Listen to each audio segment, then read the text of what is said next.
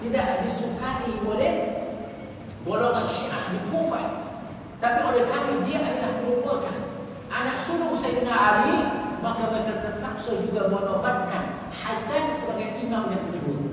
Apabila wafat Hasan, anak Hasan tidak nanti menjadi imam walau seorang pun tuan-tuan. Sebaliknya dilantik Husain selepas itu, dan selepas Husain adalah dari keturunan imam, adalah dari keturunan anak-anak Sayyidina Husain. Kenapa? Yang kedua, ada yang pertama, yang kedua tuan-tuan, tak apa kita tunggu intro lah. Sebab tak ada pada majlis kita yang terakhir di majlis sebelah, tuan-tuan bila datang ke situ lah. Faham? Biasa cerita daripada awal sejarah-sejarah itu sedikit tuan-tuan dan puan, mungkin boleh disambung dengan pahamiran insya-Allah untuk kita membaca secara detail berkaitan dengan motif Syiah ini tuan-tuan dan puan. Okey. Tuan-tuan berkaitan. Husain tuan-tuan dilantik menjadi imam yang kemudian diikuti oleh anaknya Ali Zainal Abidin. Apa sebab tuan-tuan dan puan? Sebab yang pertama tuan-tuan dan puan, Syiah ini tuan-tuan, tempat munculnya, markas utamanya adalah di negara Farsi. Negara Farsi, negara Majusi. Faham tuan-tuan? Negara Majusi. Karena itu ada satu poin daripada ulama kita Ahlussunnah, mereka menyatakan bahawa Syiah Imamiyah ini adalah bizratun yahudiyyatun warasat ha nasraniyatun fi ardi Majus, adalah merupakan benih Yahudi. Benih Yahudi yang ditanam oleh tangan-tangan Nasrani di negara Majusi, iaitu di Farsi. Di Farsi. Okey. Salah seorang dari kalangan putri Kisra di Farsi ketika berlaku peperangan antara umat Islam dengan kerajaan Farsi pada zaman pemerintahan Sayyidina Umar. Tuan-tuan ingat? Jatuhnya Farsi ke tangan umat Islam adalah pada zaman Sayyidina Umar. Dan tuan-tuan kena faham pula sebelum itu, kenapa Syiah Imamiyah sangat benci kepada Umar, bahkan menobatkan pembunuh Umar yang bernama Abu Lu'lu'ah Al-Majusi sebagai Syuja'uddin, sebagai pendekar pahlawan agama. Makamnya tuan-tuan dibuat kubah, dan disebut tuan-tuan dalam kitab ini tuan-tuan disebut bahawa hari yang mulia adalah antara hari yang mulia adalah hari pembunuhan Sayyidina Umar. Maka hari pembunuhan Sayyidina Umar, Syiah Imamiyah di Iran, di Lebanon, di Syria, di Pakistan mengadakan majlis perayaan, majlis kegembiraan kerana terbunuhnya Sayyidina Umar radhiyallahu ta'ala. Sebabnya kerana Umar yang meruntuhkan negara mereka, iaitu Farsi, tuan-tuan dan puan. Apabila Farsi ditakluk oleh Islam, maka tiga orang tuan-tuan putri kepada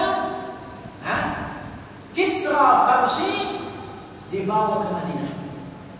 Sampai di Madinah, tuan-tuan dan puan dimulakan oleh Ta'ala, para sahabat besar mengatakan kita tidak boleh perlakukan putri-putri raja seumpama tawanan biasa. Seumpama tawanan biasa. Jadi tuan-tuan dan puan, cara untuk menyelesaikan putri-putri tersebut, yang mana mereka tak boleh dijual di pasar, tak boleh diperlakukan seumpama hamba abdi, maka tuan-tuan, anak-anak kepada para sahabat radhiyallahu alaihim ajma'in, tuan-tuan dan puan, berkahwin dengan salah seorang daripada putri tersebut Antaranya tuan-tuan dan puan dimuliakan oleh Allah Ta'ala, Sayyiduna Husain berkahwin dengan salah seorang di kalangan putri Kisra itu, yang dengannya melahirkan seorang zuriyat yang bernama Ali Zainal Abidin. Faham tuan-tuan? Maka Ali Zainal Abidin itu tuan-tuan adalah benih daripada hubungan, adalah zuriyat daripada hubungan antara Sayyidina Husain dengan putri Farsi. Maka kerana itu tuan-tuan, mereka melantik keturunan Ali Zainal Abidin tuan-tuan sebagai imam mereka. Sebab apa? Karena fanatik dan taksub kenegaraan dan kaum serta kabilah mereka, kerana Syiah itu berasal atau kebanyakannya adalah daripada kaum Farsi. Faham tuan-tuan? Daripada kaum Farsi. Ini itu tuan-tuan, semuanya kalau kita baca menurunkan. Tuan-tuan kalau baca, kalau tuan-tuan baca macam mana saya baca, tuan-tuan akan turun. Ada suatu tujuan yang tersirat daripada yang tersurat tersebut, yang diagendakan oleh tiga kuasa, iaitu kuasa Yahudi, yang kedua Nasrani, yang ketiga yang tuan-tuan adalah Majusi. Maka apabila tuan-tuan melihat secara mendalam ajaran Syiah Imamiyah ini, tuan-tuan akan mendapati terhimpun dalam ajaran ini tuan-tuan dan puan tiga anasir dan unsur utama, serta persamaan yang nyata yang boleh kita sebut satu persatu tuan-tuan, antara Syiah Imamiyah dengan Yahudi, Syiah Imamiyah dengan Nasrani, Syiah Imamiyah dengan Majusi. Dan ini adalah suatu asas kepada kemunculan Dajjal di akhir zaman. Kemunculan Dajjal di akhir zaman. Kalau kita tak pernah kata bahasa tak cukup, kita baca sikit ke perbezaan surah Insyirah mereka dan surah Insyirah sikit. Okey. Kita lihat di sini. Dibaca apa tu? Alam nashrah laka sadraka bi aliyin. Tambah Ali. Faham tak? Tuan-tuan, kalau khulafah yang keempat itu mengkhianati umat Islam, contoh Abu Bakar yang menimbulkan Quran, ataupun Utsman, kita kenal Mushaf Utsman, pasti Utsman akan ganti nama Ali dengan nama dia. Alam nashrah laka sadraka bi Utsman. Tak ada pun dalam Mushaf Utsmani walau satu pun nama Sayyidina Utsman. Faham tuan-tuan? Tuan-tuan buka mushaf kita, tak ada pun nama Utsman dalam mushaf kita tersebut. Bahkan tak ada seorang pun nama sahabat yang disebut terang-terangan dalam Quran, melainkan seorang sahaja, iaitu Sayyidina Zaid bin Harithah, anak angkat Rasulullah. Dia seorang saja. Zaid tak ada kaitan tuan-tuan dalam pengumpulan Al-Quran. Dia bukannya khalifah, dia tidak menjawab jawatan yang tinggi seumpama Abu Bakar, Umar, yang boleh membuat penyelewengan dalam Al-Quran kalau dia nak. Kalau tuan-tuan Utsman dia khianat kepada kita, dah lama dia tulis nama dia. Dah ada, bahkan Utsman pun menantu Rasulullah. Kemana kita nak letakkan Utsman? Sedangkan dia menantu Rasulullah. Bukan menantu, seorang menantu, buang anak Nabi bagi kat Utsman. Wafat yang kedua, Rasulullah kata, kalau aku ada anak yang ketiga, aku kawinkan juga dengan Utsman. Ini Utsman radhiyallahu ta'ala. Faham tuan-tuan? Menantu Rasulullah, Ali pun menantu Rasulullah sallallahu alaihi wasallam. Dan yang lebih teruk daripada itu tuan-tuan, Syiah Imamiyah menolak zuriat Nabi yang lain. Dia orang mendakwa Nabi tak ada anak melainkan Fatimah saja. Melainkan Fatimah saja. Habis diputar balik sejarah Islam ini tuan-tuan dan puan oleh Syiah Imamiyah. Ikut Sukati dia orang saja tuan-tuan. Dia ingat umat Islam ni lalu terbawa. Tak boleh baca, tak boleh mengkaji, tak boleh meneliti, minta maaf, bukan marah kata. tuan-tuan tak jelas. Mau ke Mekah ni kita bersama ke mana tu pula. Tak ada lah kata tuan. Dia lah kata ayatnya. Kalau tu tak syarikat kata tu. Kalau tak syarikat kata ada siapa dah ada marah kepada Allah. Faham tuan-tuan? Apa masalahnya? Itu semua keluarga Nabi. Abu Bakar pun keluarga Nabi. Mentua Rasulullah. Umar pun keluarga Nabi tuan-tuan. Mentua Rasulullah. Betul. Bahkan boleh merangkap menantu Nabi. Sebab cucunya berkahwin dengan Umar. Umar berkahwin dengan Ummul Kalthum, iaitu anak Sayyidina Ali. Syahir Nabi yang mendawa tuan-tuan. Ummul Kalthum diperkosa oleh Umar. Tuan-tuan beli lah buku dekat luar, saya tak sempat nak terangkan. Bukan saya nak jual buku, tak suruh tuan-tuan baca. Hari ini saya tak sempat, saya nak bersyarah tuan-tuan. Bersyarah umum je.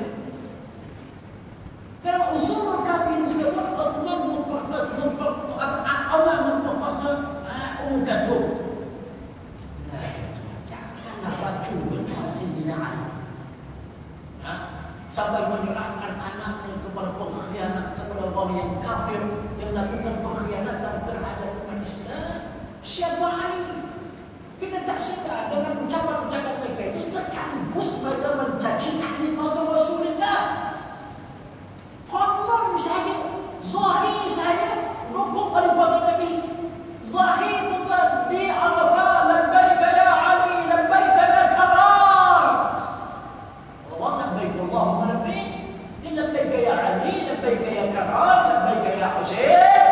Tapi dalam masa yang sama tanpa kita sedari mereka lah menjadi penyebar penghinaan ahli keluarga Rasulullah sehingga hari ini. Sehingga orang tak berani nak dekatkan diri dengan ahli keluarga Rasulullah.